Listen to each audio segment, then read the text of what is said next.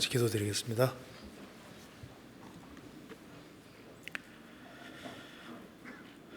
자비로우신 우리 아버지 하나님,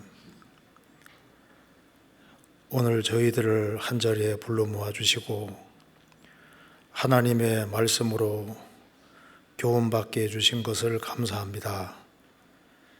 이 시간 주 성령께서 함께 해주시고 우리의 마음과 생각을 열어주시옵소서. 그리고 하나님의 말씀으로 저희들의 마음을 일깨워 주시고 저희들이 주 안에서 어떻게 행할 것을 깊이 생각하는 시간 되도록 도와주옵소서. 하나님 말씀 중심으로 생을 살 수 있도록 도와주시고 또 주 성령님의 도우심으로 이 말씀들이 영혼 깊이 새겨지도록 역사해 주시고 도와주옵소서. 또 이곳에 참석하지 못한 형제자매들을 어디든지 주님께서 지켜주시고 주의 역사와 능력을 더욱 나타내 주옵소서. 국내뿐 아니라 해외에도 어려운 지역과 또 어려운 형편에 있는 분들이 많이 있습니다. 주님께서 일일이 함께 해주시고 주의 거룩한 손으로 붙잡아 주시옵소서. 오늘 모든 시종 주 성령께서 함께 해주시고 도와주시기를 간절히 의지하오며 주 예수 그리스도 이름으로 기도하옵나이다. 아멘. 성경 시편 29편입니다. 시편 29편 3절부터 9절까지 제가 읽겠습니다.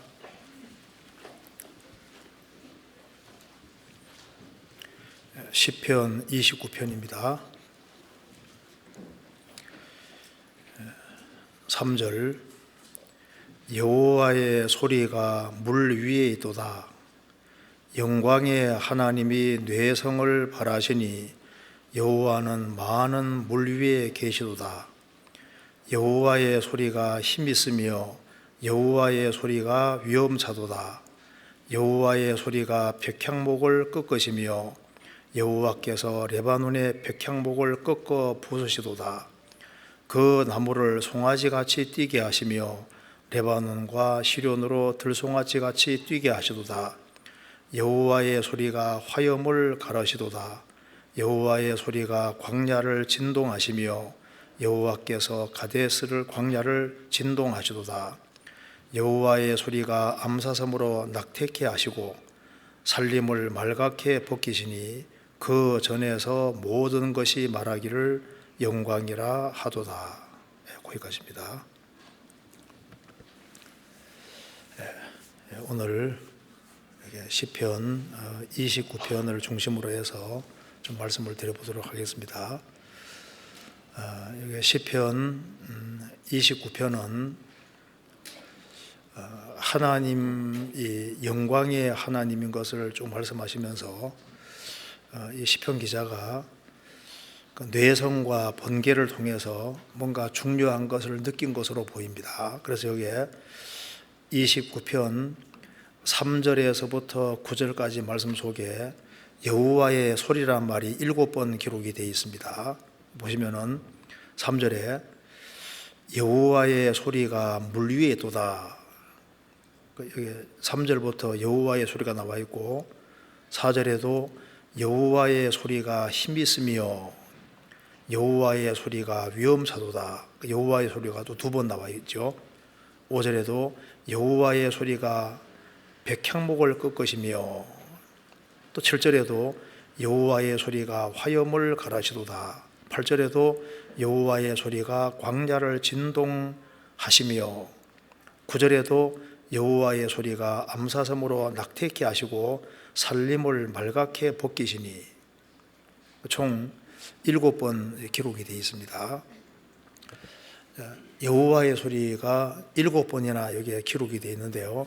그 여호와의 소리가 뭔지를 보면은 이게 지금 천둥 번개 소리를 가리켜서 여호와의 소리라고 한 것이 분명합니다. 3절에 여호와의 소리가 물 위에 도다. 영광의 하나님이 뇌성을 발하시니, 뇌성을 바란다고 되어 있고 또 그리고 7절에는 여호와의 소리가 화염을 가라시도다. 그리고 4절에 여호와의 소리가 힘이 있으며 여호와의 소리가 위엄차도다. 여호와의 소리가 백향목을 끌 것이며, 지금 여기에 내성과 번개, 천둥과 번개 소리를 말하고 있습니다. 천둥과 번개 소리를 얘기하면서 이걸 여호와의 소리라고 얘기를 했습니다. 그러니까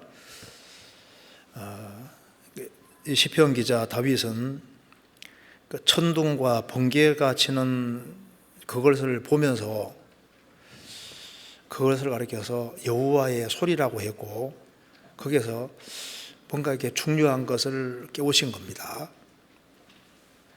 천둥 번개가 자연의 소리처럼 보이지만은 그것이 여호와의 소리다 그 말입니다. 그래서 시편 19편에도 하늘이 하나님의 영광을 선포하고 궁창이 그 손으로 하신 일을 나타내는도다. 날은 날에게 말하고 밤은 밤에게 지식을 전하니, 그러면서 그 소리가 온 땅에 통하고 그 말씀이 땅끝까지 이른다고 되어 있는데, 그걸 자연이 낮과 밤이 무언으로 이야기를 하는 것을 말하면서 무언으로 말하는 것도 그 소리라고 하면서 그걸 또 하나님의 말씀이라고 얘기를 했습니다. 그래서 로마 10장에서도 시편 19편이 그대로 인용이 되어 있습니다. 그 복음 말씀을 얘기를 하면서 그것을 인용하고 있습니다. 그러니까 그 천둥 번개가 치는 그 속에서 그것이 하나님, 간접적으로 하나님 말씀하고 이제 연결시킬 수 있도록 이렇게 되어 있는 겁니다. 그래서 이 천둥 번개 소리를 잘 보면은 거기서 하나님의 말씀의 특징을 우리가 생각해 볼 수 있는 겁니다. 그래서 오늘 천둥 번개 그것과 그게 이제 여호와의 소리라고 했으니까 그것과 하나님의 말씀이 상당히 관련이 많이 있습니다. 조금 생각해 보면 상당한 교훈을 받을 수 있다고 생각을 합니다. 그래서 오늘 시편 29편 중심으로 좀 몇 가지를 좀 생각해 보겠습니다. 천둥 번개를 보면은 하나님이 어떤 분인지를 알 수가 있는 겁니다. 하나님이 얼마나 엄의하시고 얼마나 두려운 분인지도 알 수가 있고, 천둥 번개 그 소리에 귀를 잘 기울이면은 거기에서 하나님의 말씀의 특징 같은 것을 배울 수가 있습니다. 그리고 천둥 번개를 만드신 분이 바로 주 예수 그리스도이시기 때문에 하나님이 사람이 되신 분이 바로 예수님이고, 그 예수님이 하신 말씀에 귀를 잘 기울이면은 천둥 번개를 직접 만들어내신 그분이 세상에 오신 분이 예수님이지 않습니까? 그래서 예수님의 하신 말씀이 정말 천둥 번개처럼 아주 크고 자기 영혼에 아주 큰 타격을 미치는 아주 큰 것으로 와닿는다면은 그 사람은 정상적으로 신앙생활하고 힘있게 신앙생활을 할 수 있을 겁니다. 그리고 천둥 번개를 만드신 그 하나님께서 세상에 오신 분이 바로 예수님이지 않습니까? 근데 그 예수님이 12제자를 데리고 다니셨는데 이름을 지어주실 때 특별히 세 제자를 가까이 하셨는데 그 세자 시몬은 이름을 베드로로 바꿔주시고 야고보와 요한은 보아너게 우리의 아들이라고 이렇게 이름을 지어줬습니다.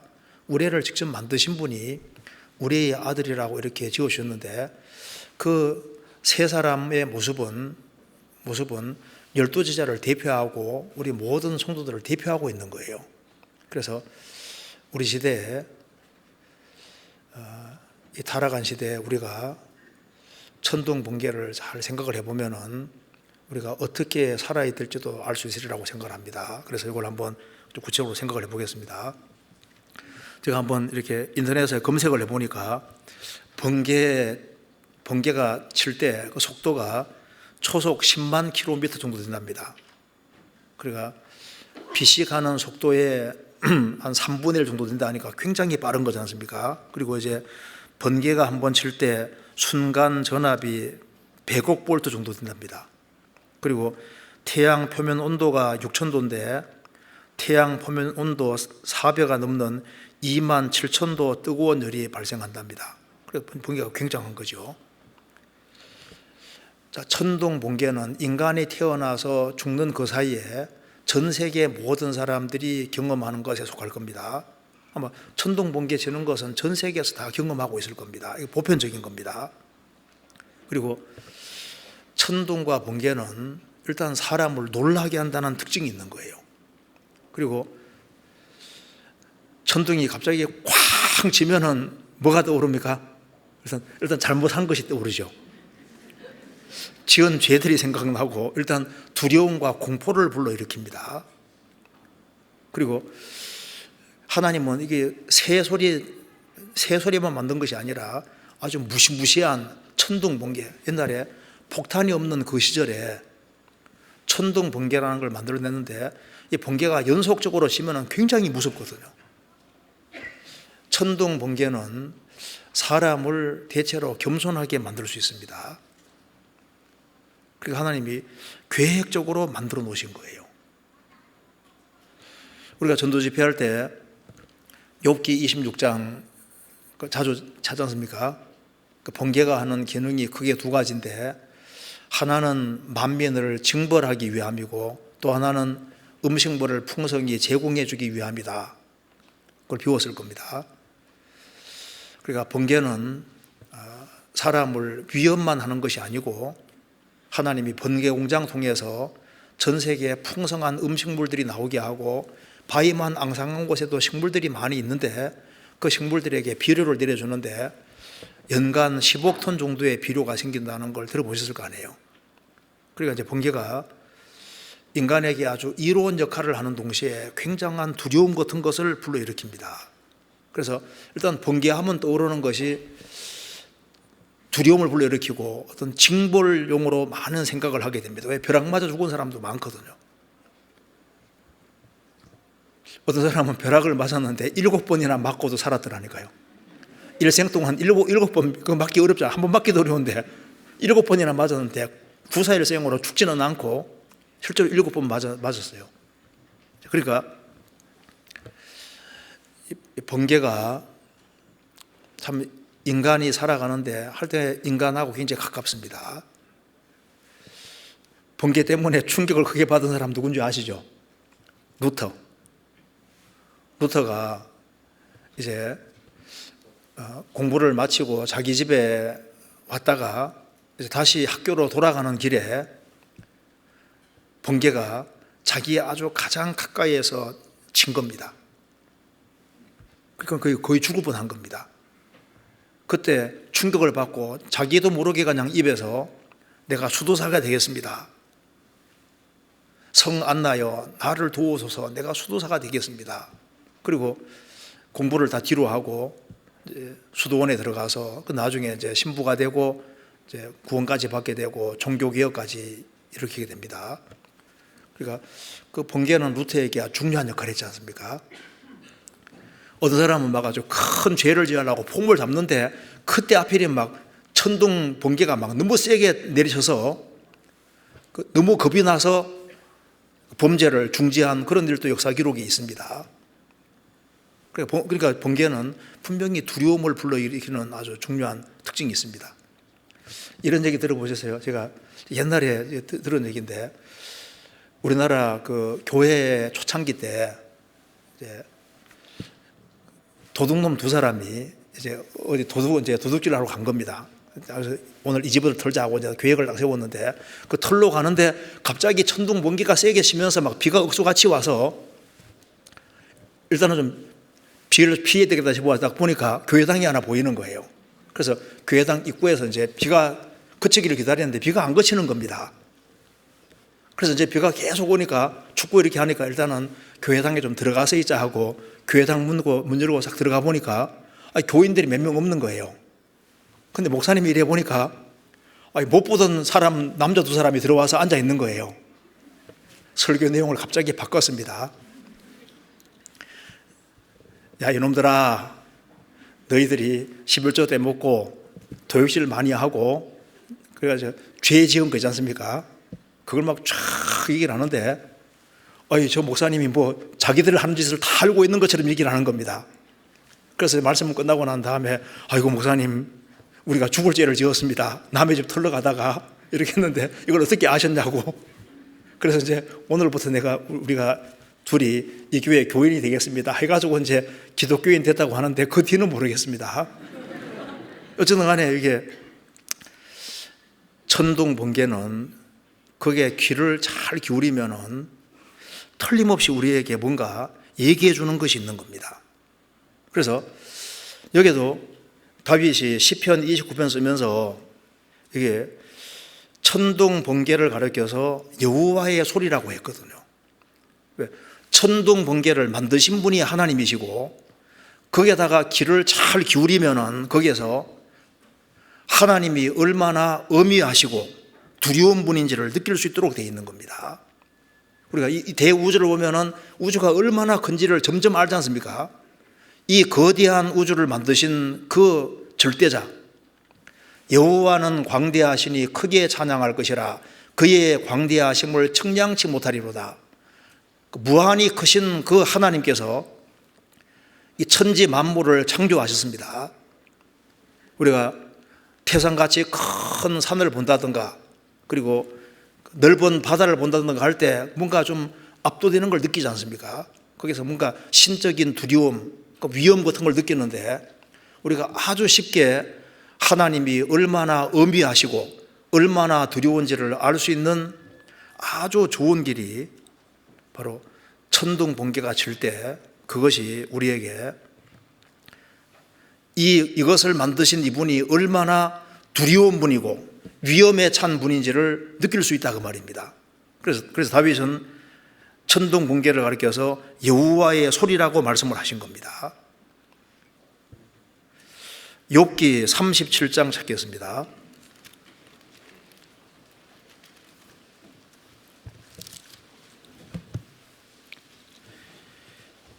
2절.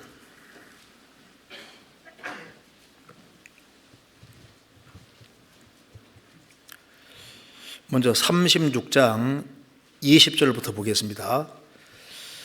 그가 번개빛으로 자기 사면에 두르시며 바다 밑도 가리우시며 이런 것들로 만민을 징벌하시며 이런 것들로 식물을 풍비 주시느니라.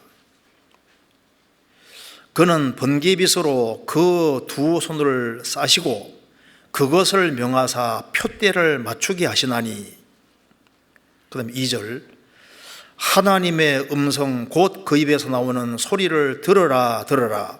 그 소리를 천하에 퍼치시며 번개빛으로 땅끝까지 이르게 하시고 그 후에 음성을 발하시고 위엄에 울리는 음성을 내시고는 그 음성이 들릴 때 번개빛을 금치 아니하시느니라.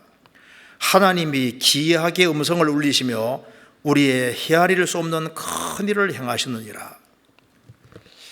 조그마한 꽃 한 송이도 우리에게 뭔가를 말해주고 있는 겁니다. 농사 지을 때 알곡은 모아서 창고에 집어넣고 쭉정이는 불에 태우지 않습니까? 그 알곡과 쭉정이도 그냥 만들어 두신 것이 아니라 생을 살면서 생명이 없으면은 그 사람은 결국은 꺼지지 않는 불에 들어간다는 것을 농사 짓는 것을 통해서 보여주고 있는 겁니다. 곡식과 가라지 비유도 우리에게 설명해 주고 있는 거지 않습니까?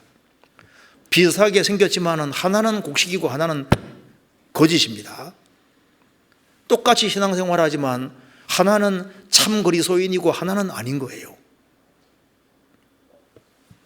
그러니까 하나님이 만드신 모든 만물은 우리의 교훈을 위해 만드셨는데, 여기도 천둥과 번개 이것이 하나님의 음성이라고 얘기를 하고 있습니다. 그러니까 그것에 잘 귀를 기울이면 우리에게 무언으로 뭔가를 분명히 말해주고 있다 그 말입니다. 천둥 번개를 왜 만드셨을까? 뭔가 두려움을 불러일으키기 위해서 만드신 것이 맞을 겁니다. 첫 번째는요. 물론 우리에게 풍성한 음식물을 제공해 주기 위한 목적도 있지만은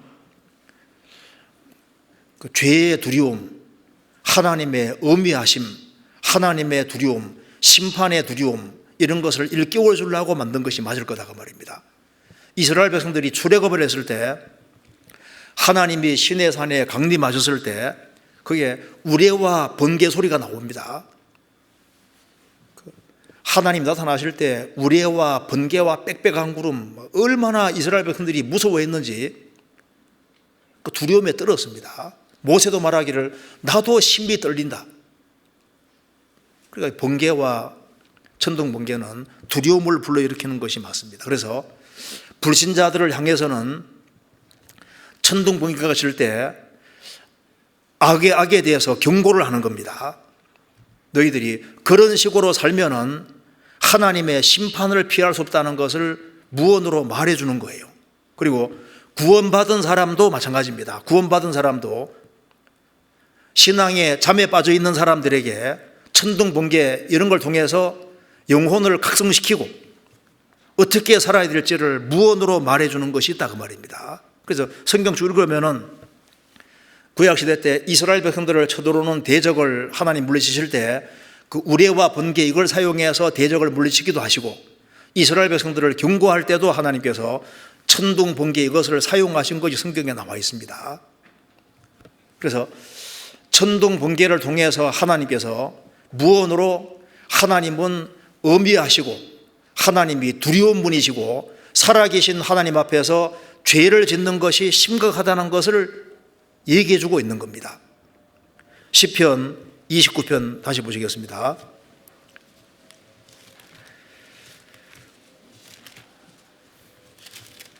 (29편) 3절.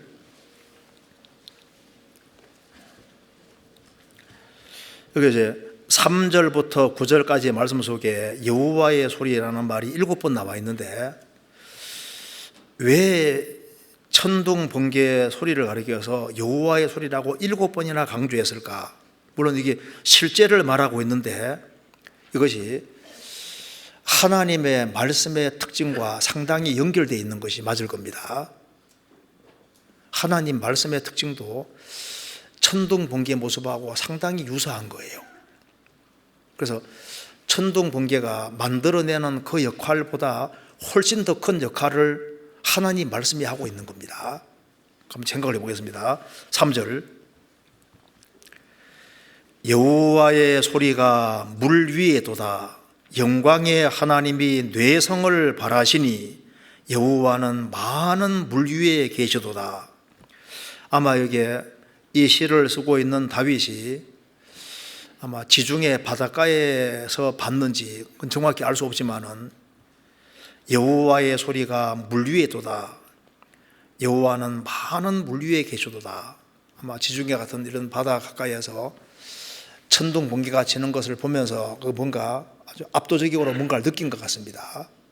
그런데 여호와의 소리가 물 위에 돋아 여호와는 많은 물 위에 계시도다. 근데 이걸 보면은 이 여호와의 소리 천둥 번개의 특징은 전 세계적이지 않습니까? 많은 물 위에 여호와의 소리가 있다. 요한계시록에는 물을 열국과 무리와 백성과 방언이라고 말한 것도 기록이 되어 있는데요. 거의 전 세계적으로 천둥 번개가 인간에게 무언으로 무엇인가를 말해주고 있습니다. 그와 꼭 마찬가지로 이 하나님 말씀은 전 세계적으로 사람에게 이 무언이 아니라 아주 명백하게 아주 확실하게 전 세계 사람에게 말을 해주고 있습니다. 여호와의 소리가 땅끝까지 전 세계에 다 전해지고 있지 않습니까?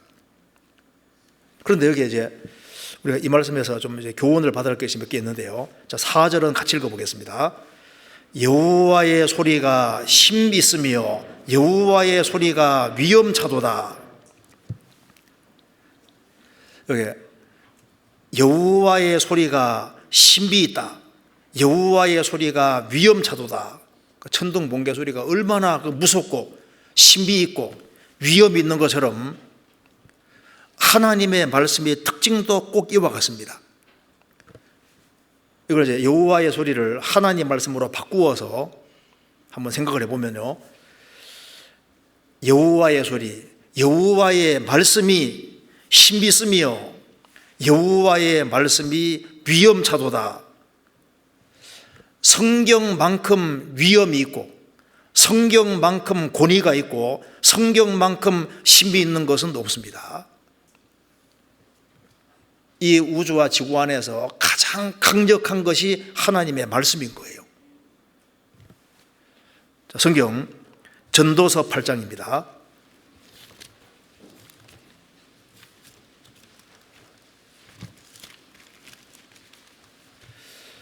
8장 4절 같이 읽겠습니다. 8장 4절입니다. 왕의 말은 권능이 있나니 누가 이르기를 왕께서 무엇을 하시나이까 할 수 있으랴. 왕의 말은 권능이 있나니, 왕의 말은 권능이 있고 힘이 있습니다. 그래서 연대장이 말하면은 연대원들이 다 움직입니다. 대통령이 말하면 나라가 움직이잖아요. 그 대통령 말은 권능과 힘이 있습니다. 옛날 황제의 말은 권능과 힘이 있어서 제국 전체가 움직이는 거예요. 만왕의 왕 되신 주님께서 내려주신 하나님 말씀, 이것은 만왕의 왕 되신 절대자의 말씀이기 때문에 이 성경 말씀은 권능, 힘이 있습니다. 파워가 있습니다. 그래서 천둥 번개가 어떤 힘이 있고 뭔가 이렇게 권위 같은 거 힘이 있는 것처럼 그거보다 훨씬 크게 하나님 말씀은 권능과 힘이 있습니다. 그래서 예레미야 23장에 보면은 내 말이 불같지 아니하냐, 내 말이 반석을 부수는 망치같이 아니하냐, 그 바위를 부수는 망치처럼 하나님 말씀은 잘 들으면은 그 강팍한 마음도 깨는 특별한 힘이 있습니다. 그래서 하나님이 말씀하시면 그대로 되는 거예요.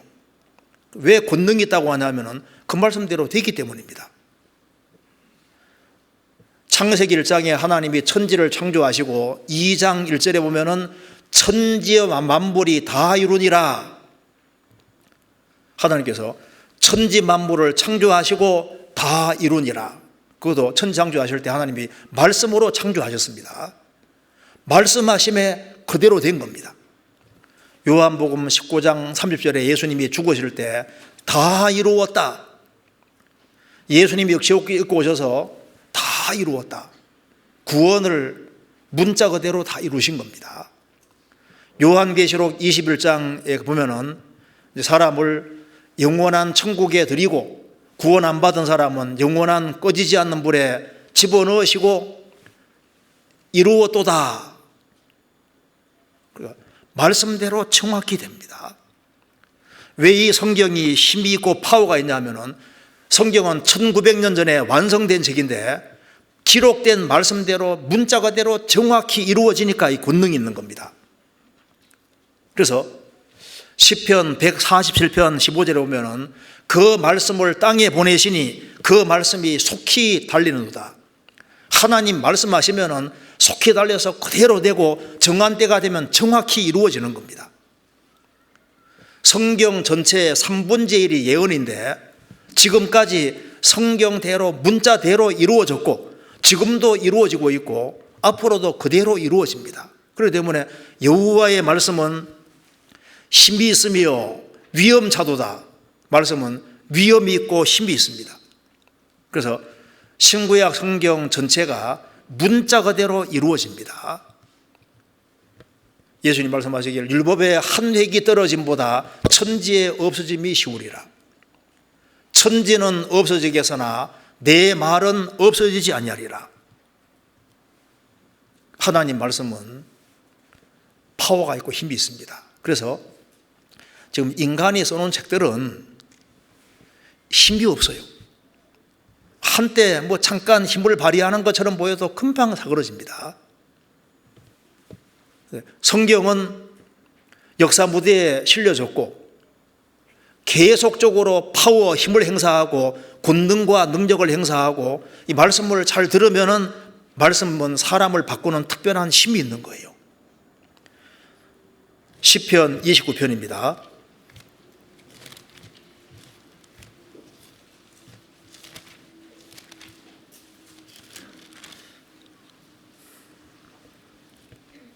자, 5절 6절을 같이 읽겠습니다. 여호와의 소리가 백향목을 꺾으시며 여호와께서 레바논 백향목을 꺾어 부수시도다. 그 나무를 송아지같이 뛰게 하시며 레바논과 시련으로 들송아지같이 뛰게 하시도다. 여기에 여호와의 소리가 백향목을 꺾으시며 여호와께서 레바논 백향목을 꺾어 부수시도다. 제가 미국에 갔을 때 그 세코아 파크 공원에 갔었는데 그 공원에 아주 엄청 큰 세코아 나무가 그 벼락 맞아서 바짝 마른 것이 있더라니까요. 여기 시편 기자가 이걸 직접 봤는지는 알 수 없지만은 여호와의 소리가 백향목을 꺾으시며 여호와께서 레바논의 백향목을 꺾어 부수시도다. 백향목이 얼마나 단단하고 큰 나무인데 하나님이 말씀을 바라시니까 천둥 번개가 치니까 그 거대한 나무가 탁 맞아서 그대로 탁 구부러졌다고 말입니다. 탁 꺾어버렸거든요. 이걸 보면 우리가 느껴지는 것이잖아요. 모든 교만한 인간들, 하나님을 대적하는 세력들, 그 모든 것은 결국은 다 꺾입니다. 이 성경은 힘이 있기 때문에 성경과 배치되는 모든 것은 결국은 이 레바논의 백향목이 꺾이는 것처럼 천둥 번개에 의해서 꽉 꺾이는 것처럼 성경을 대적하는 사람은 그 인생이 결국은 다 꺾이게 되는 거예요. 성경과 싸워서는 절대 이길 수가 없습니다. 여호와의 소리가 백향목을 꺾으시며 여호와께서 레바논 백향목을 꺾어 부수시도다. 한 사람이 여호와의 소리를 못 이깁니다. 하나님이 내려주신 말씀을 이길 수가 없는 거예요. 그래서 성경과 싸우는 사람은 결국 그 사람이 꺾이도록 되어 있습니다. 성경은 이길 수가 없는 책인 거예요. 그래서 성경을 대적하는 사람들은 다 죽었지만은 성경은 전 세계에 꽉 찼습니다. 성경 로마서 3장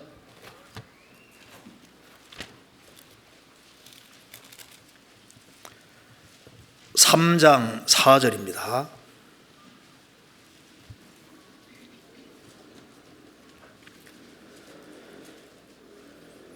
그럴 수 없느니라. 사람은 다 거짓되되 오직 하나님은 참되시다 할지어다. 기록된 바 주께서 주의 말씀에 의롭다함을 얻으시고 판단 받으실 때 이기리 하심이라 함과 같으니라. 사람은 거짓되되 아담 자손은 다 거짓됩니다. 오직 하나님은 참되시다. 하나님은 항상 참되신 분입니다. 그래서 주께서 주의 말씀에 의롭다함을 얻으시고 주의 말씀은 의롭고 또 진리를 깨우친 사람은 이 성경이 참이라는 걸 압니다. 하나님 말씀은 의롭다고 얘기하지 않습니까? 그리고 주께서 판단 받으실 때 이기리 하심이라.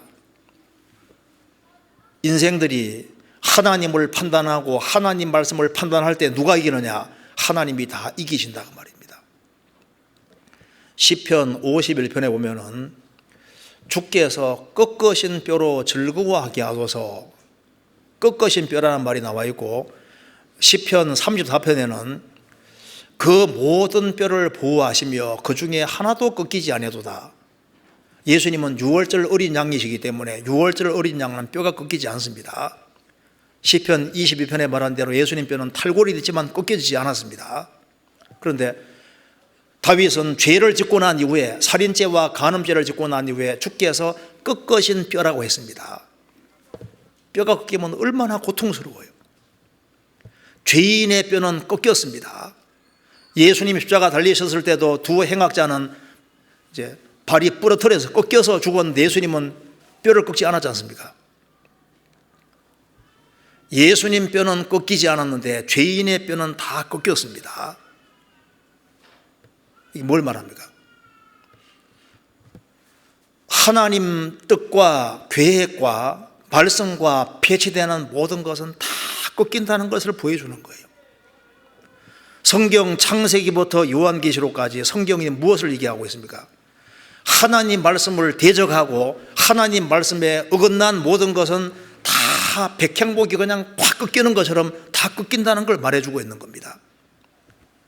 페르시아 당시에 하만, 유대인들을 지구상에 없애려고 했습니다. 그리고 자신에게 굴복하지 않는 모르드게를 죽이려고 긴 장대를 만들었습니다. 그런데 그 결과는 어떻게 됐습니까?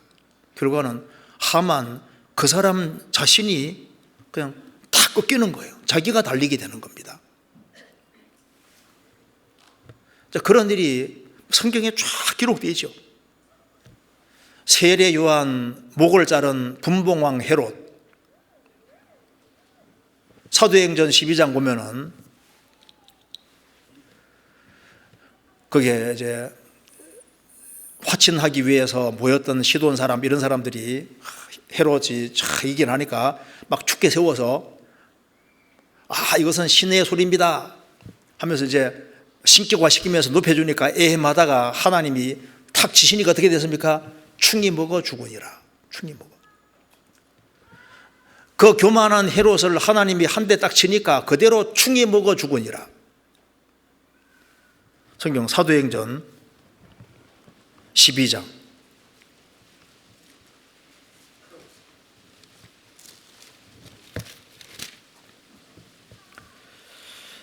12장 20절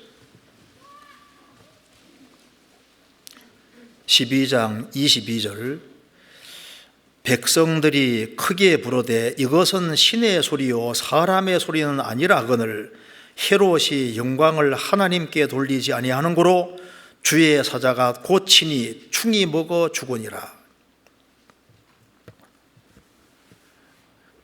분봉왕 헤롯을 하나님이 순식간에 탁 꺾어버렸습니다.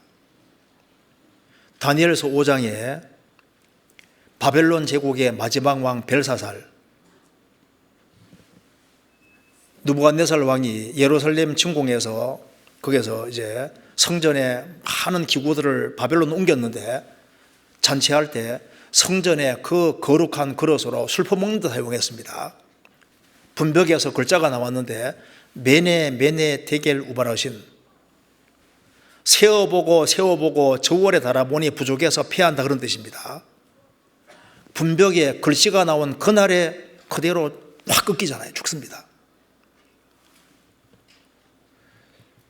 여호와의 소리가 힘이 있으며 백향목을 꺾어 부수시도다.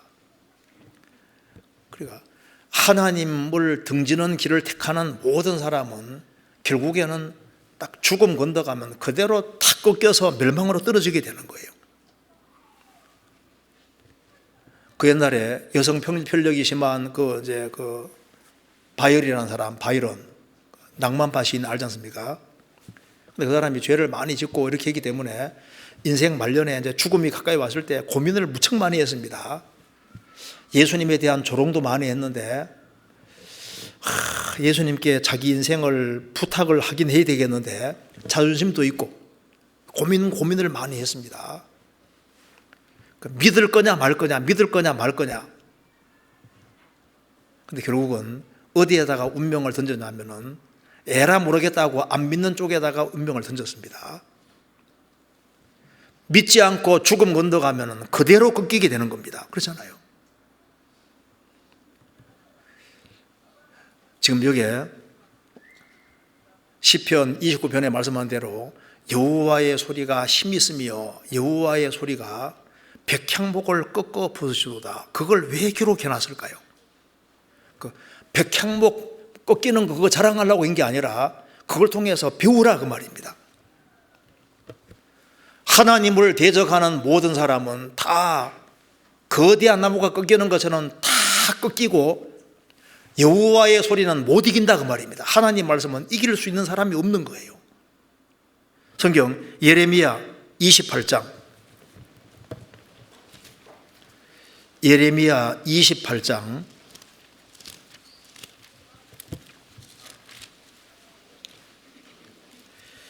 15절,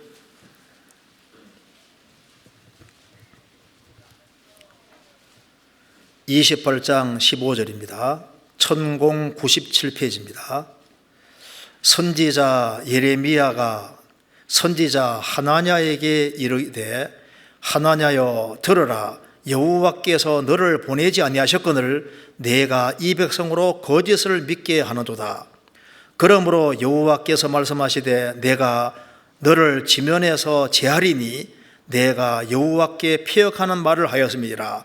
금전에 죽으리라 하셨느니라 하더니 선지자 하나냐가 그의 7월에 죽었더라. 예레미야가 나무 멍에를 메고 이스라엘 백성들에게 말합니다. 너희들은 바벨론의 멍에를 맬 것이다. 근데 그걸 예레미야 멍에를 탁 뺏어서 하나냐가 그걸 탁 꺾어버렸습니다. 하나님 말씀했습니다. 너 때문에 이스라엘 백성들은 쇠 멍에를 매게 될 것이다. 예레미야 말을 거짓으로 만든 겁니다. 그래서 하나님 말씀하시기를 너가 거짓을 예언하기 때문에 너는 금년에 죽으리라. 그리고 그의 7월에 그냥 그대로 탁 꺾인 겁니다. 그렇잖아요. 지금 모든 무신론의 길을 걷고 있는 사람들은 어떻게 될까요? 그 인생은 보나마나 꺾이는 거예요. 무신론자는 반드시 꺾입니다. 왜? 하나님이 계시기 때문에 꺾이는 거예요. 그리고 율법을 지켜서는 천국 못 간다고 성경에 말씀했습니다. 그런데 율법의 기초에서 천국 가려고 하는 모든 사람은 인생이 어떻게 되겠습니까? 그 인생은 반드시 꺾여지게 되는 거예요. 거듭나야만 천국 간다고 말씀했는데 나는 거듭남이 없이도 천국 갈 수 있다. 그럼 누가 이기겠습니까? 죽음 건너가는 즉시 그대로 꺾이게 되는 겁니다. 그래서 성경을 대적하는 그 모든 사상들 다 꺾입니다. 진화론도 결국은 꺾이고 인본주의도 꺾이고 무신론도 꺾이고 다 꺾입니다. 시편 33편입니다.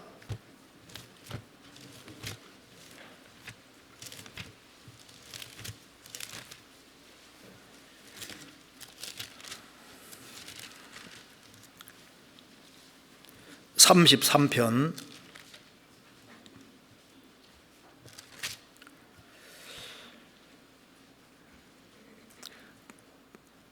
9절입니다.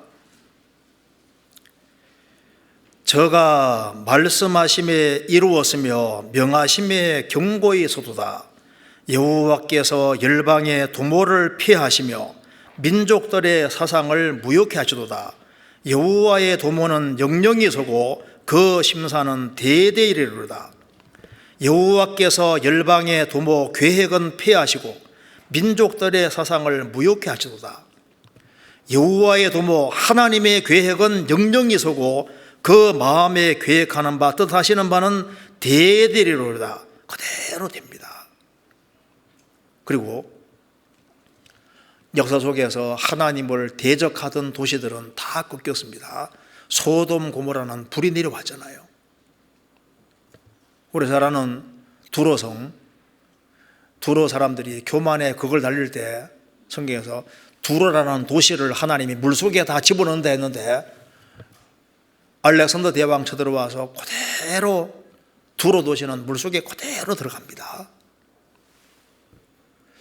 하나님을 대적하고 아 좋다 예루살렘 무너졌으니 좋다고 그 큰소리 치던 교만하게 굴던 두로 그대로 그냥 물속에 들어가 버리잖아요. 다 끊기잖아요. 하나님을 대적하는 도시들은 보십시오. 다 무너졌습니다. 그래서 허버트 버터빌드라는 역사학자가 얘기한 것을 보면은 자신이 성경의 도시들을 연구해 보니까 도시에 관한 한 성경 말씀대로 안 된 도시가 없더라 그 말입니다. 성경에서 바벨론 이렇게 될 것이다, 니느웨 어떻게 될 것이다, 그대로 항상 다 되어 있습니다. 주님을 대적하는 도시들은 다 꺾입니다. 나라도 마찬가지입니다.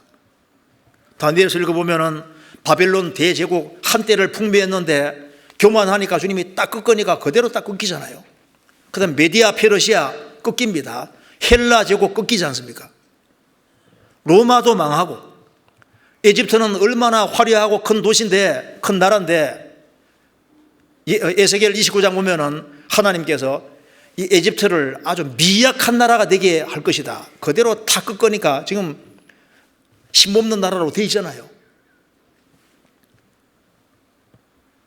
여호와의 말씀은 힘이 있습니다. 앞으로 무신론 공산주의 두목 러시아가 이스라엘 쳐들어오면 쳐들어오는 그날이 그냥 꺾이는 날이 되는 거예요. 세계가 이스라엘과 전쟁하면은 그때가 꺾이는 날이 되는 겁니다. 세계도 교만하면 하나님께서 꺾어버리시는 거예요. 시편 97편입니다. 97편 4절.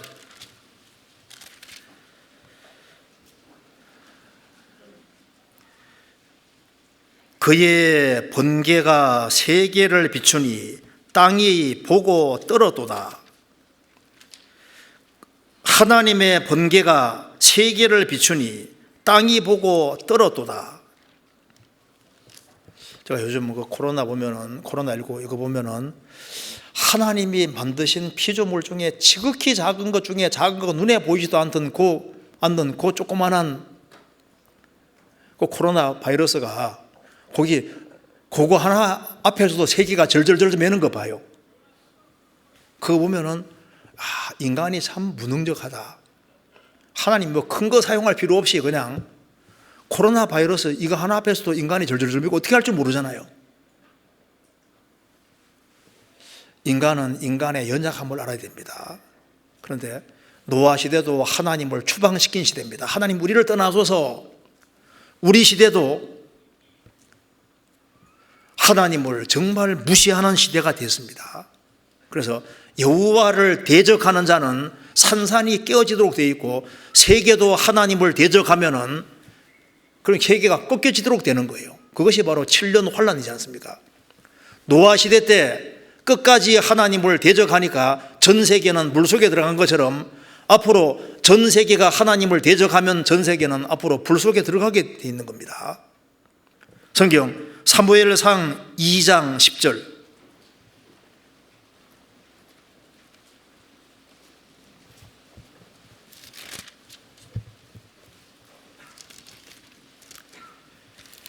(2장 10절)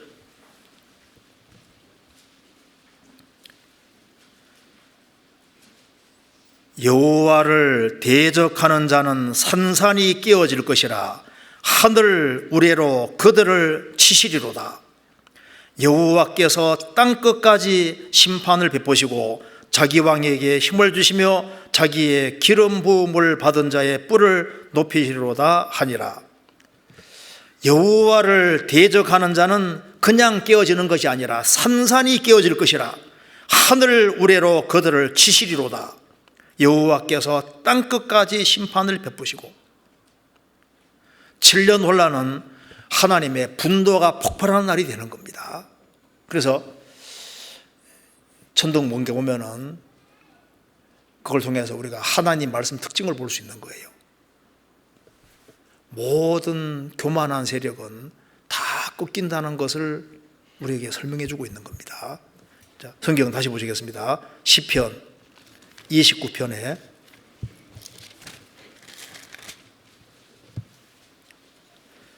7절 같이 읽겠습니다. 7절입니다.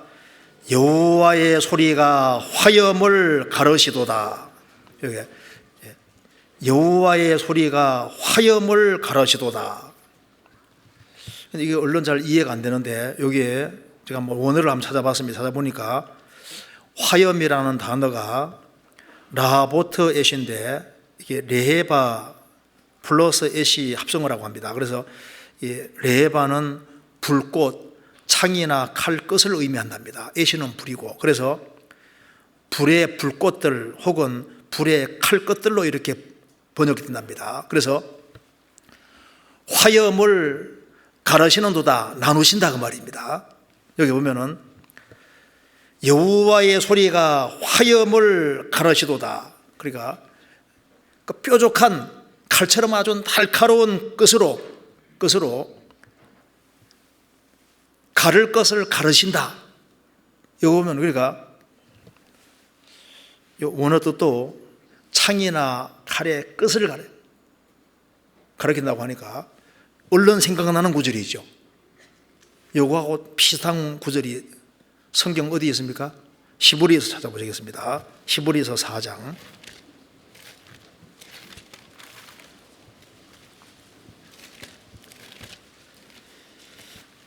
히브리서 4장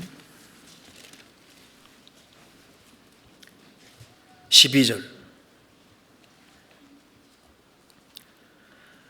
하나님의 말씀은 살았고 운동력이 있어 좌우의 날선 어떤 검보다도 예리하여 혼과 영과 및 관절골술로 찔러 쪼기까지 하며 또 마음의 뜻과 생각과 뜻을 감찰하시나니 여호와의 소리가 화염을 가르시도다. 그 뾰족한 칼이나 창것으로 아주 분리시킬 것을 분리시킨다. 그 찌르고 쪼갠다 그 말입니다.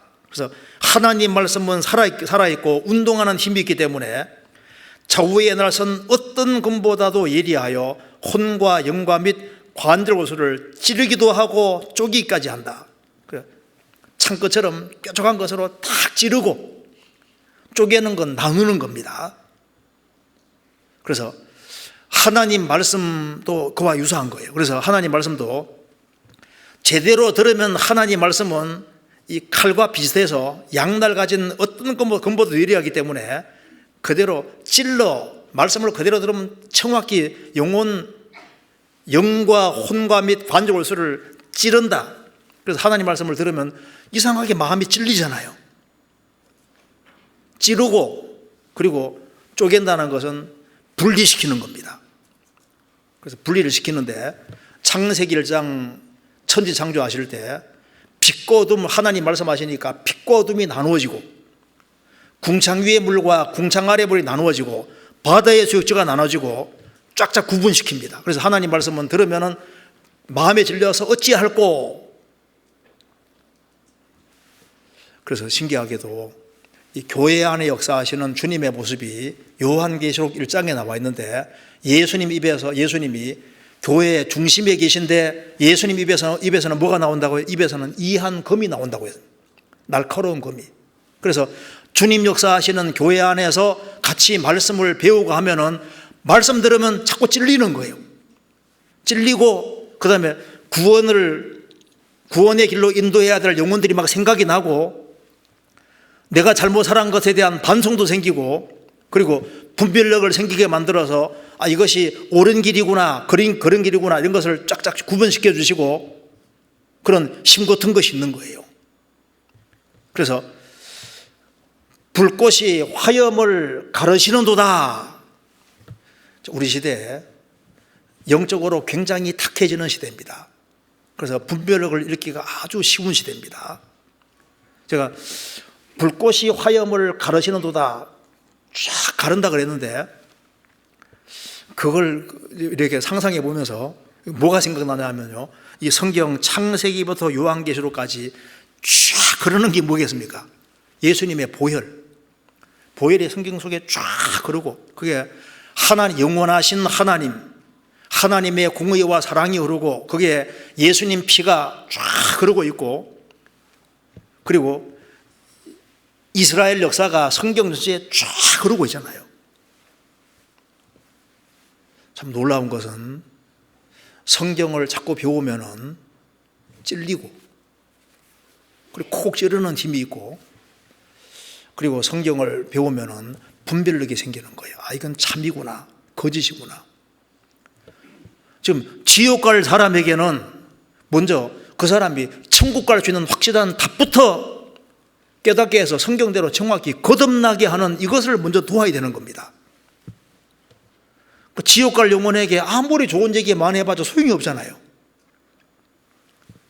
그래서 자신이 거듭나지 아니한 것을 깨닫게 하고 정말 복음이 영혼 속에 들어갈 수 있도록, 생명이 들어갈 수 있도록 해야 되는데, 예수님은 생명을 얻게 하고 더 풍성히 얻게 하기 오신 거지 않습니까? 아무리 좋은 얘기를 많이 해준다 할지라도 그 사람이 하나님의 생명 얻지 못하고 이러지면 아무 소용이 없는 거예요.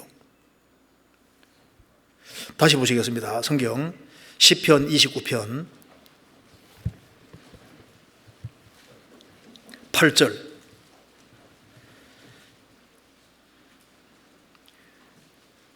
여호와의 소리가 광야를 진동하시며 여호와께서 가데스 광야를 진동하시도다.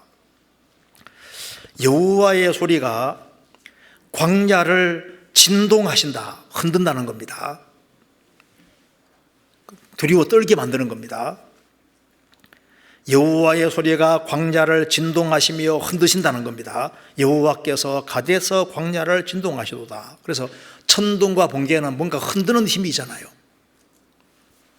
하나님 말씀도 그와 같은 겁니다. 자, 이걸 보면은 좀 떠오르는 구절이 하나 있습니다. 학개서 2장입니다. 학개서 2장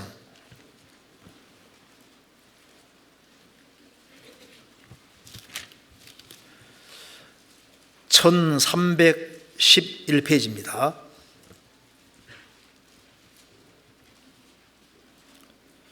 이 장 6절입니다. 나 만군의 여호와가 말하노라.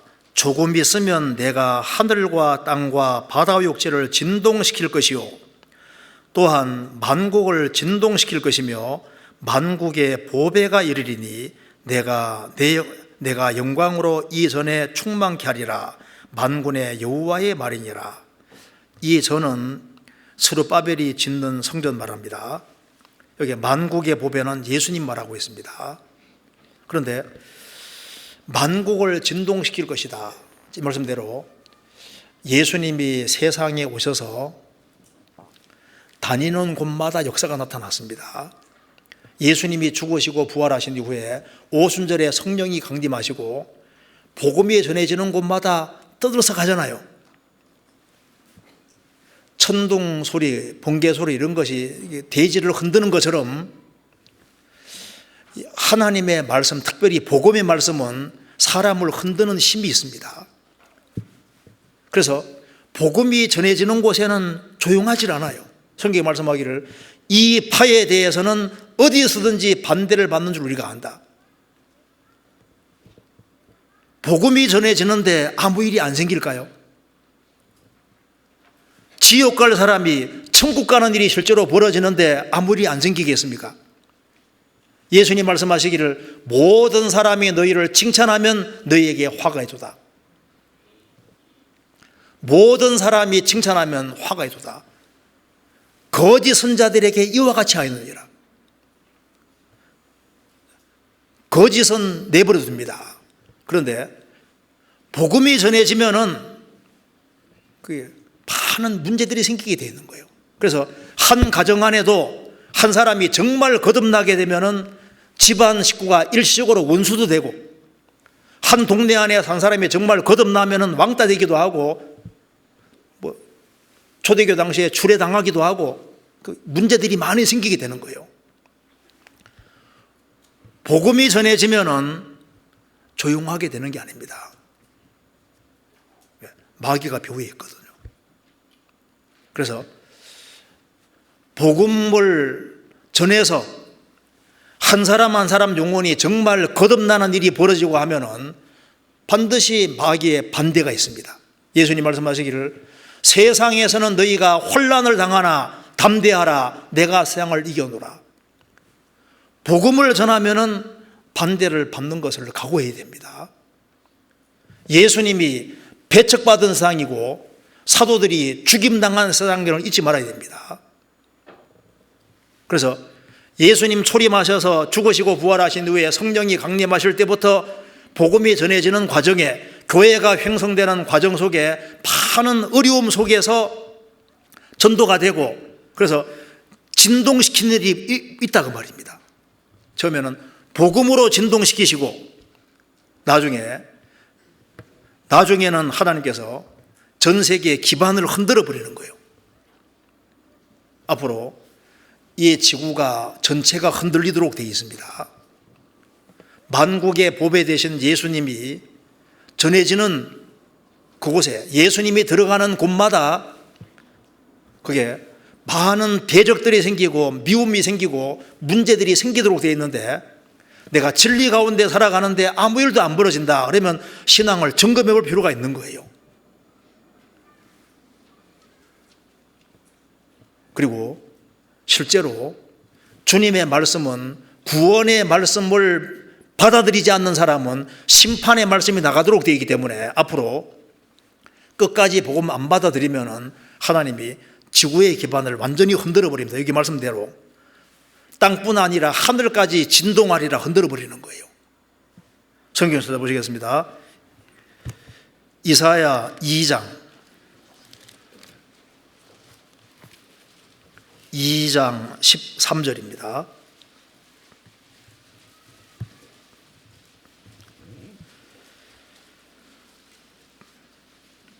어, 2장 19절.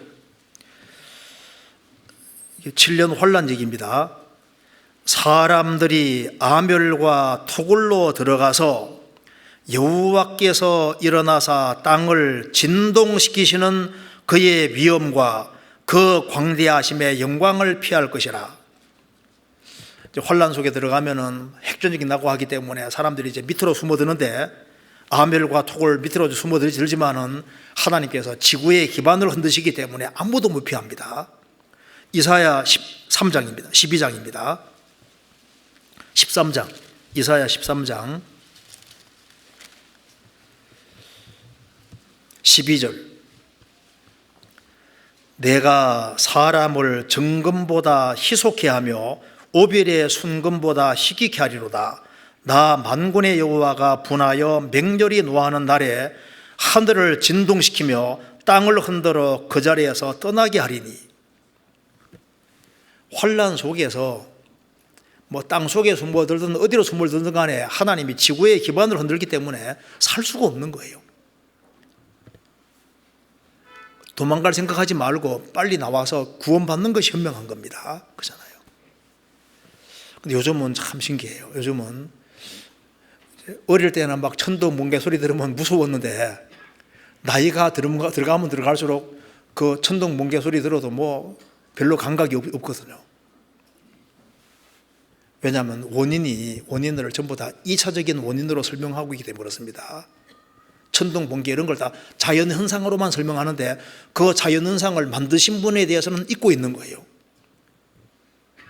과학자들은 법칙을 만들어내는 게 아닙니다. 하나님이 만들어 놓은 법칙을 알아내고 활용하는 것 뿐인데, 그 사람들이 전부 다 그걸 2차적인 원인으로 다 모든 걸 설명해서 하나님을 배제시켰기 때문에 날이 가면 갈수록 점점 무감각한 시대로 바뀌어지고 있는 거예요. 성경 다시 보시겠습니다. 시편 29편.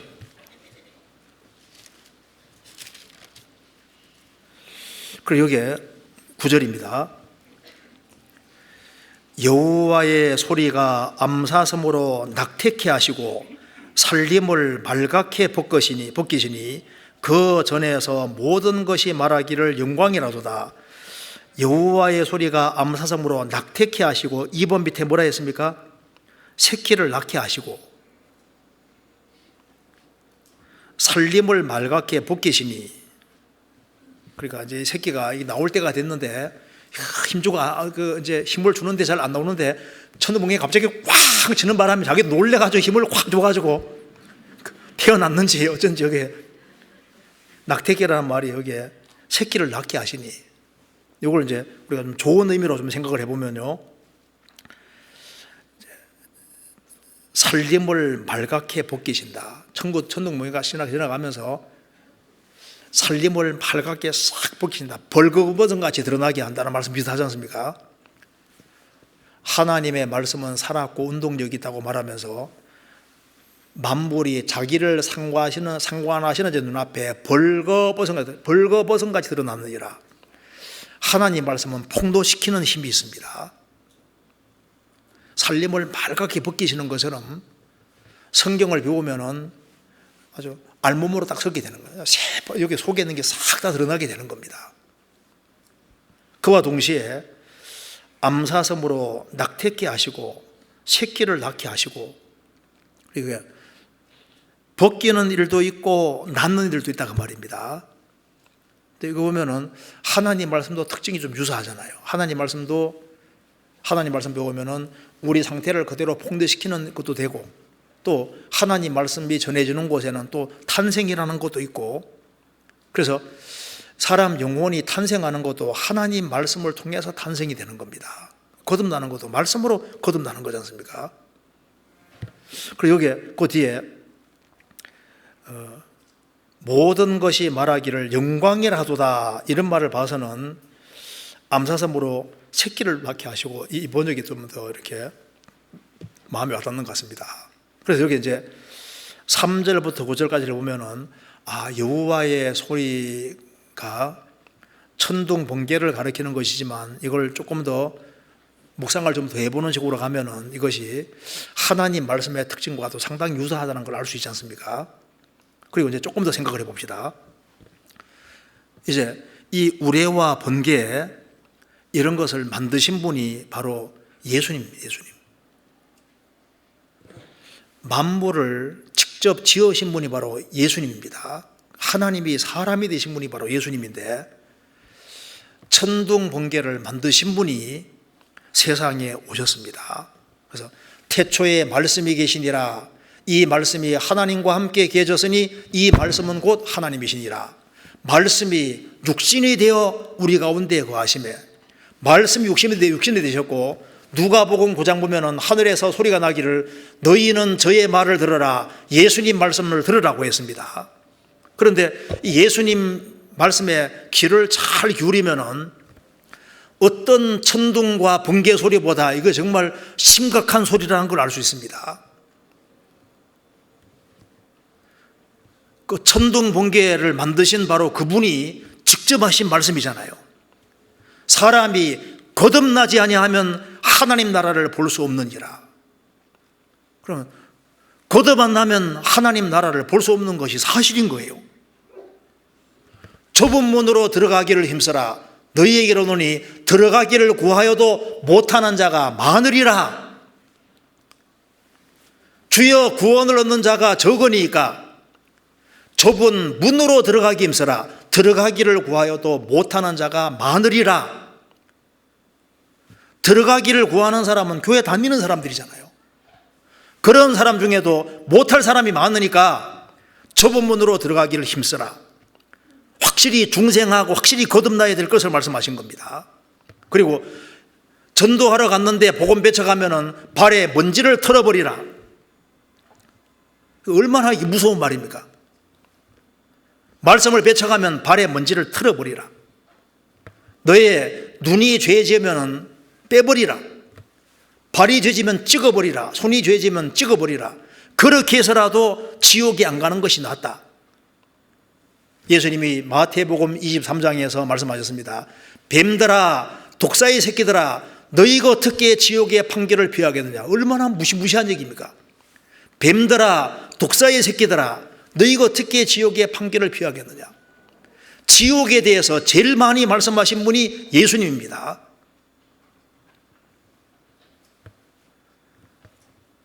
이제 어느 날 예수님이 공중에 재림하실 때 번개가 동편에서 나와서 서쪽에서 번쩍임같이 순식간에 전 세계적으로 거듭난 사람만 딱 데려가는 일이 벌어질 때 전 세계가 얼마나 큰 충격을 받겠습니까? 마태복음 24장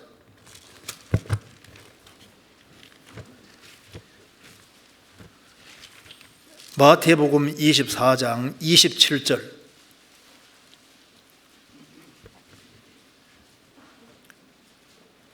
27절 제가 읽겠습니다. 번개가 동편에서 나서 서편까지 번쩍임같이 인자의 맘도 그러하리라. 번개가 동편에서 나서 서편에까지 번쩍임같이 번쩍하는 사이에 순식간에 인자의 맘도 이와 같을 것이다.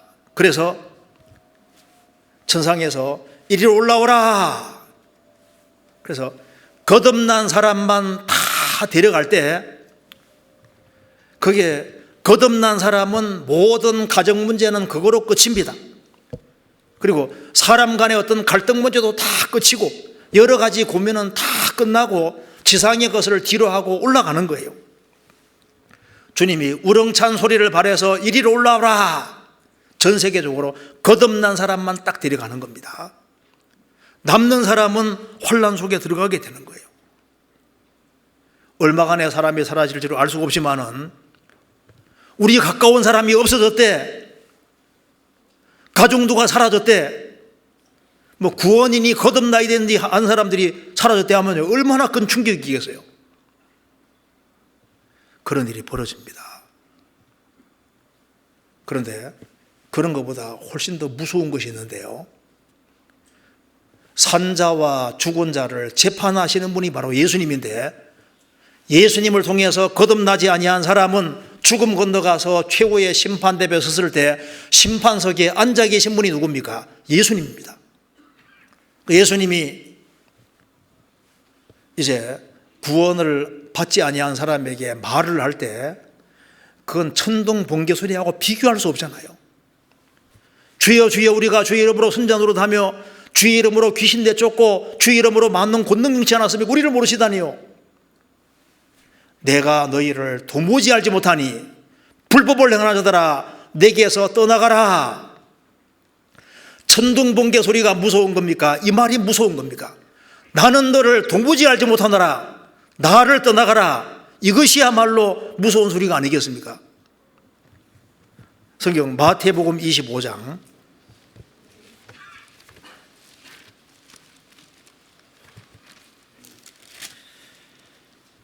41절,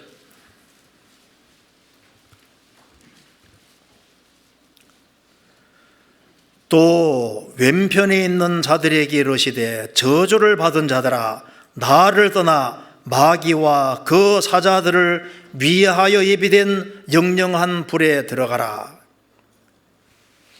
양은 오른편에, 염소는 왼편에 두는 것처럼 구원받은 사람은 오른편에, 구원 안 받은 사람 왼편에 두시고 왼편에 있는 사람에게 선언하십니다. 저주를 받은 자들아 나를 떠나 마귀와 그 사자들을 위하여 예비된 영영한 불에 들어가라. 어떤 천둥 번개 소리가 보다 이건 가장 무서운 소리가 되는 거예요. 이것이 우리 가까운 사람도 이렇게 될 수가 있는 겁니다. 우리의 사랑하는 가족이 이렇게 될 수도 있는 거지 않습니까?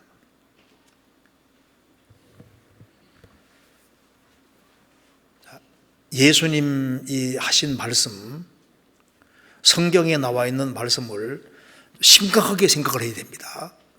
그리고 주님께서 우리 시대에 그리스도인들이 어떻게 되는 것을, 우리가 어떻게 되는 걸 표준으로 생각해야 될까요? 성경 마가복음 3장입니다.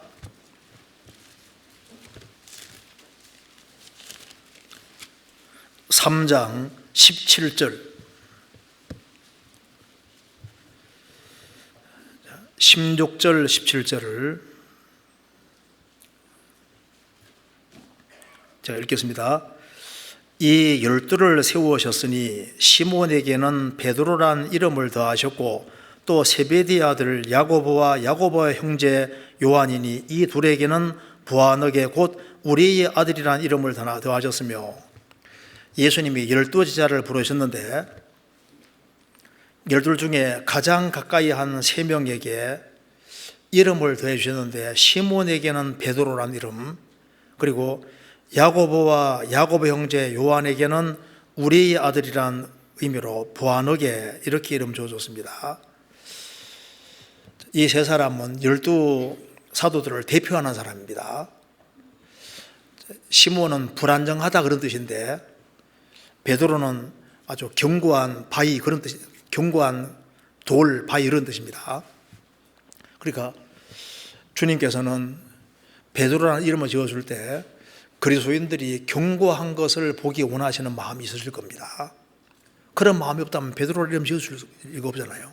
그리고 여기에 보아너게는 우리 아들이라는 얘기인데 성경에 보면은 처음에 사도 요한과 사도 요한 형제 야고보가 다닐 때 좀 성격이 별로 좋은 사람은 아닌 것 같아요.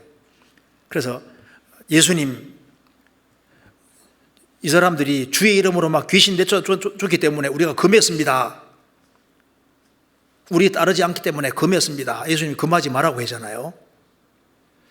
그러니까 그러면서 또 그 다음에 예수님이 사마리아 동네에 들어갈 때 사마리아 사람들이 안 받아줬습니다. 그때 뭐라 했습니까? 주님 그냥 불을 들여 싹 죽여버릴까요 했잖아요. 아니 영접 안 한다고 해가지고 불을 들여 싹 죽여버릴까요? 그거 봐서는 성격이 좀 어떤 것 같습니까? 좀 과격한 거잖아요. 근데 여기서는 우리 아들이라 이름 지어줬을 때 이것이 좋은 의미일 겁니다. 우리 아들, 보아너게 우리 아들이다. 주님께서는 그리스도인들이 아주 견고하게 되는 걸 보기 원하시고 보아너게 같이 되기를 원하셨을 겁니다. 보아너게. 자, 보아너게는 우리 아들이라는 뜻인데 이거 좀 용감한 거하고 연결되면 될 겁니다. 그래서 제일 먼저 순교당한 사람이 야고보라는 거 아시죠? 사도 요한도 사랑의 사도지만 굉장히 단호한 사람입니다. 왜 우리 아들이라 했을까? 우리의 소리 들으면 무섭잖아요. 두려움이 생깁니다. 그러니까 하나님을 정말 믿고 살기 때문에 주변 사람들에게 뭔가 하나님이 함께 한다는 것을 느끼게 만드는 그런 천둥의 아들이란 말하고 똑같은 말이에요. 천둥. 그래서 하나님을 크게 두려워하는 그런 사람, 하나님을 크게 사랑하고 하나님을 크게 높이고 그런 사람들. 그래서 우리 아들이라고 했는데 죄를 드러나게 하고 회개케 하는 아들, 그런 아들은 우리 아들일 겁니다. 그래서 하나님 말씀 가운데 살아가면서 그 죄가 얼마나 심각한지를 주변 사람에게 깨닫게 하고 돌이키게 하는, 그래서 죄와 심판과 죽음을 실제로 드러나게 해주는, 실감나게 만드는 그런 종류의 아들. 그래서 복음을 꼭 받지 않으면 안 된다는 것을 일깨워줄 수 있는 아들, 그런 아들은 우리 아들일 겁니다. 그래서 불신자들에게 두려움을 불러일으키는, 그래서 니나 똑같아 이런 식으로 하면 안 됩니다. 진리에서 멀어지게 하는 아들이 아니라 진리에 가까이 오게 하는, 그래서 안 믿으면 아주 큰일을 하겠다는 그런 마음이 들고 죄 가운데 살면은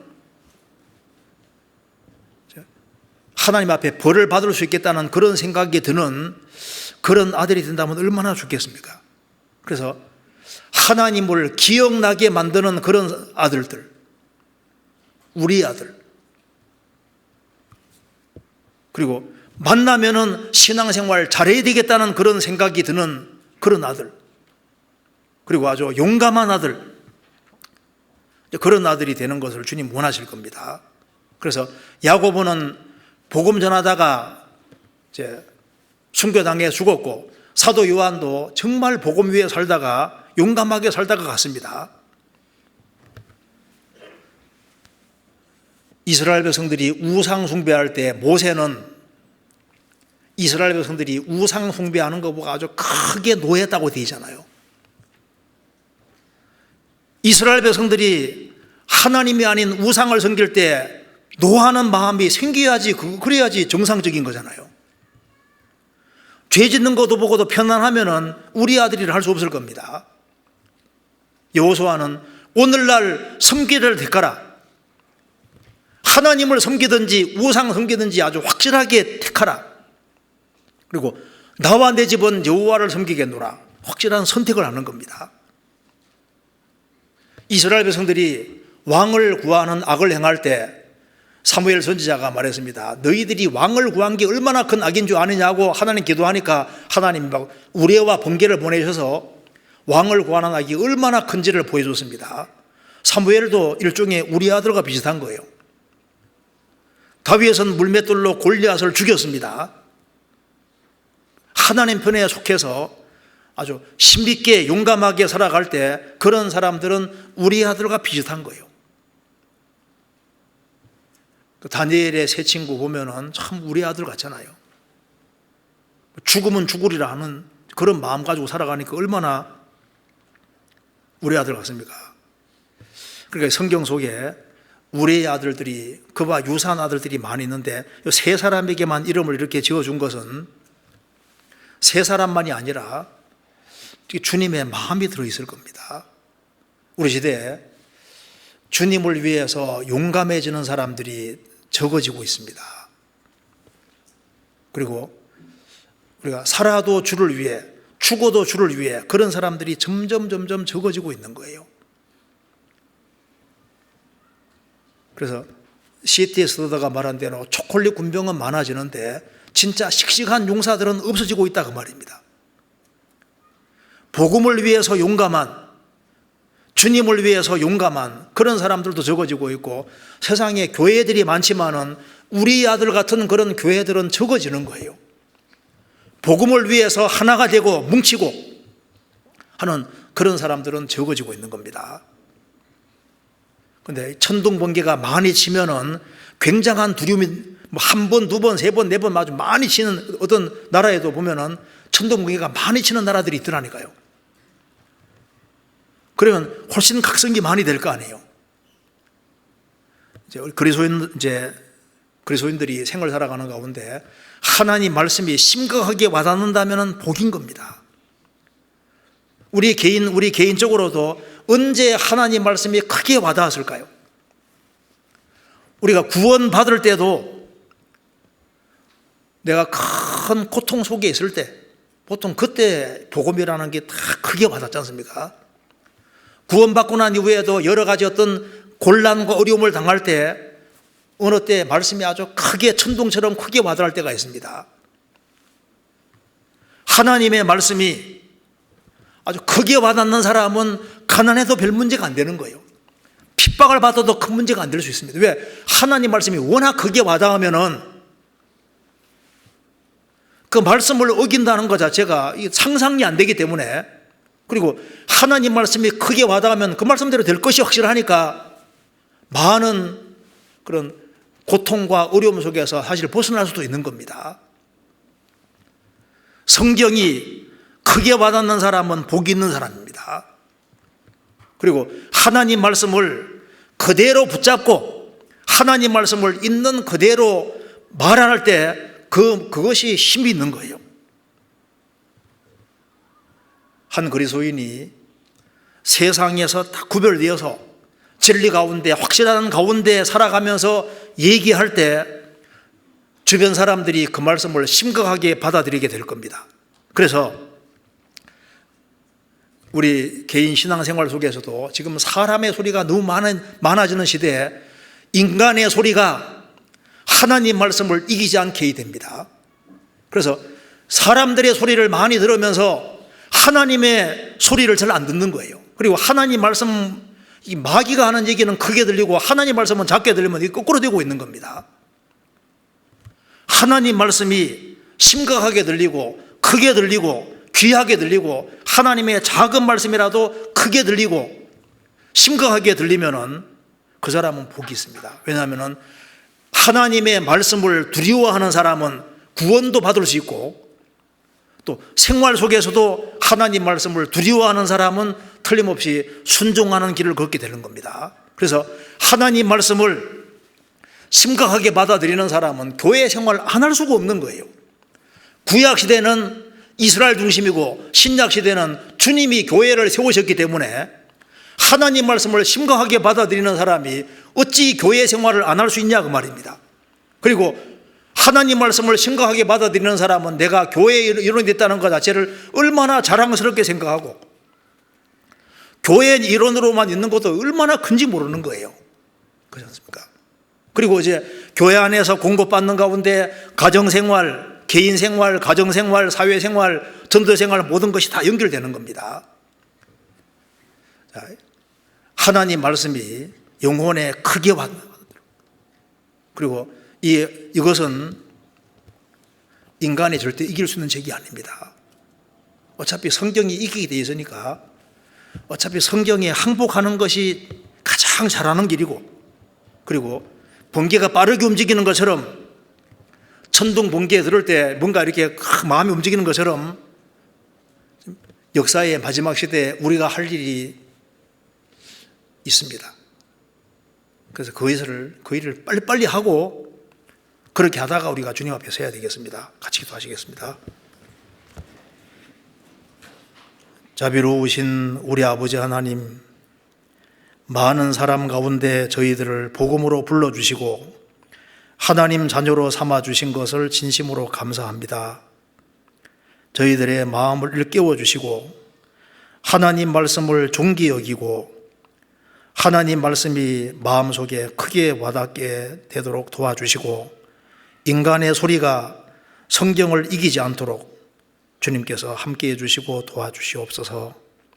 주님 앞에 서는 그날 잘했다는 칭찬을 받을 수 있도록 도와주시고 우리 주변에 불쌍한 영혼들이 너무나도 많이 있사오니 그 영혼들을 위해서 우리가 무엇을 해야 할지, 또 교회 안에서 우리가 해야 될 일이 무엇인지를 깊이 생각하고 그리고 진리 가운데 행할 수 있도록 더욱 도와주옵소서. 우리 구주 예수 그리스도 이름으로 기도하옵나이다. 아멘. 찬송 같이 부르시겠습니다.